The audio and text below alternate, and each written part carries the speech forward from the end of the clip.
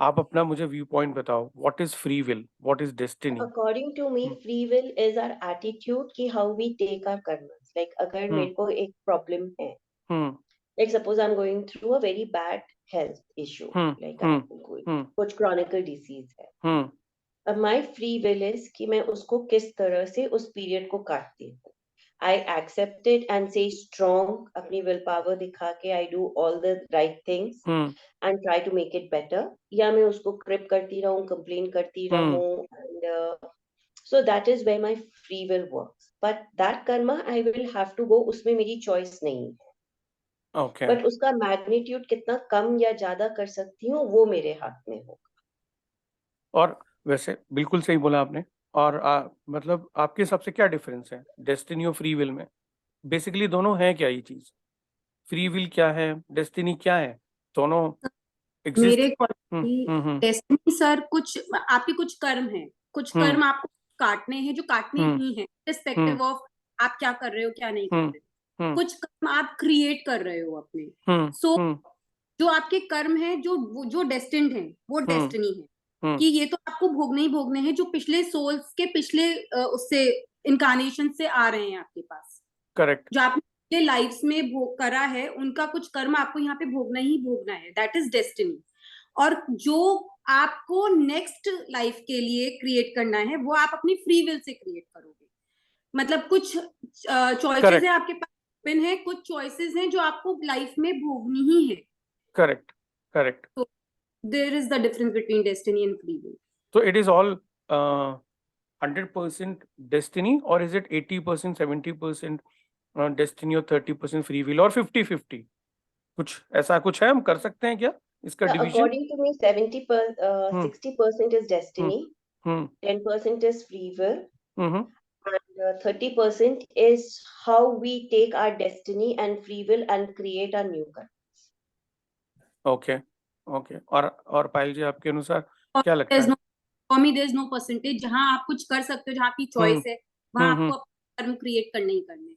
और जहां आपके पास कोई चॉइस ही नहीं है, अगर आपको कुछ हो गया है, आप मतलब किसी चीज का ट्रीटमेंट ही नहीं है आपके पास, आपके हम्म हाथ में वो ही नहीं जो गॉड के ही हम्म हाथ में है, that hmm is.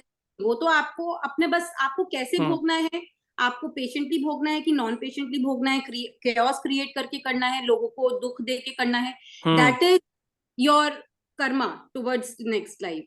But then correct they go hand in hand. Correct correct, सही। मुझे लगता है, मेरा ओपिनियन भी यही है कि it's all it's all destiny.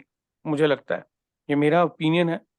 Free will जैसी कोई चीज बेसिकली होती नहीं है। मुझे ऐसा लगता है कि इट्स ऑल डेस्टिनी। अभी हम लोग बात कर रहे हैं आपस में, तो it is destined to happen. आपको कुछ चीज मुझसे पढ़ना था, तो मुझे आपको पढ़ाना था, तो it is destined to happen. मतलब समझ रहे हैं इसमें?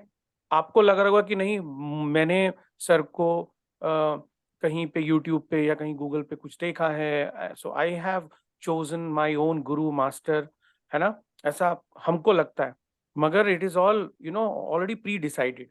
ऐसा होना है, ये पहले से ही लिखा हुआ है।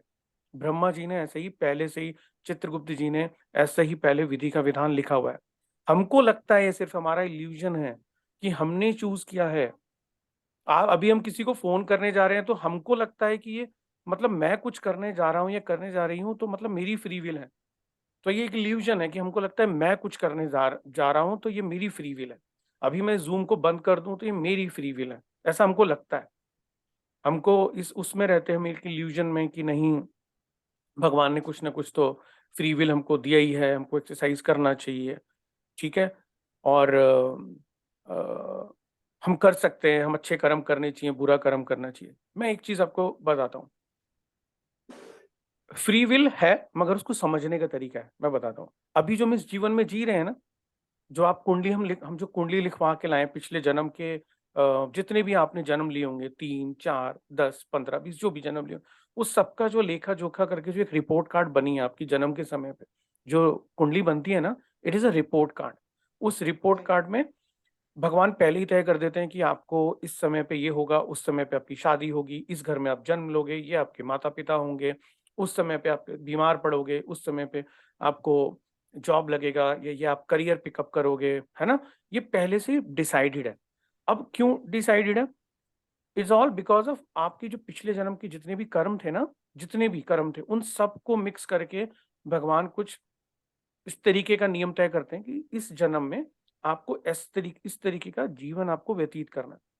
अब कंफ्यूजन ये आती है, तो फिर फ्री विल क्या है? कुछ ना कुछ तो है ना। गीता में भगवान कृष्ण ने भी बोला है कि कर्म कर, फल की चिंता मत कर, है ना। बोलते हैं ना कि यानी कर्म की तो बात कर ही रहे हैं। फ्री विल मतलब हिंदी में उसको कर लो, आप ट्रांसलेट कर लो लिटरली, तो आप कर्म की बात करोगे, कर्म का सिद्धांत, ठीक है। अब देखो, इस जन्म में आप जो कर रहे हो ना, जो भी प्रतिक्रिया कर रहे हो आप, जो रिएक्शन जो है, जो भी है, वो फ्री विल है। आप एक्शन का क्या रिएक्शन कर रहे हो, वो फ्री विल है। और उस फ्री विल का क्या है, जो आप कर्म कर रहे हो ना, इस जन्म का भी तो अकाउंट लिखा जा रहा होगा। ब्रह्मा जी लिख रहे होंगे, चित्रगुप्त जी लिख रहे होंगे, तो इसका फल आपको नेक्स्ट लाइफ में मिलेगा। इसका जो फल है ना, आपकी क्रिया प्रतिक्रिया का जो नियम है, जो सिद्धांत है, वो आपको कब मिलेगा? नेक्स्ट जन्म में मिलेगा। कैसे?